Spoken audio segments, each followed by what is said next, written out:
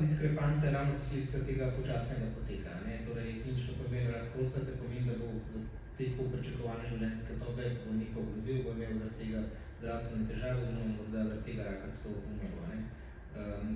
Če pa gledamo recimo avtopsijske študije, skratka, ko so delali obdukcijske študije, so vsakemu umrlemu moškemu naredili obdukcijo oziroma pač histološki pregled prostate, so potem nekako od 50. leta naprej našli pri toliko starih, koliko so imeli let, toliko procentov moških imeli torej neke, ne bom rekel zametke, ampak prav fokuse raka prostate, ampak v bistvu so te moški umrli od drugih bolezni. Če ponestavim, recimo, če si star 100 let, definitivno ti bodo najdeli rak prostate, če bodo naredili obdukcijo, ne glede na to, si ti zdravljen ali ta rak prostate ugotovljen, si umrl zaradi prometne nesreče.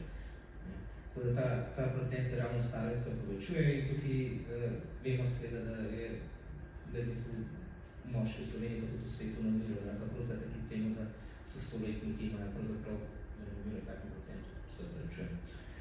Kljub temu, da imajo stoletniki praktično vsi raka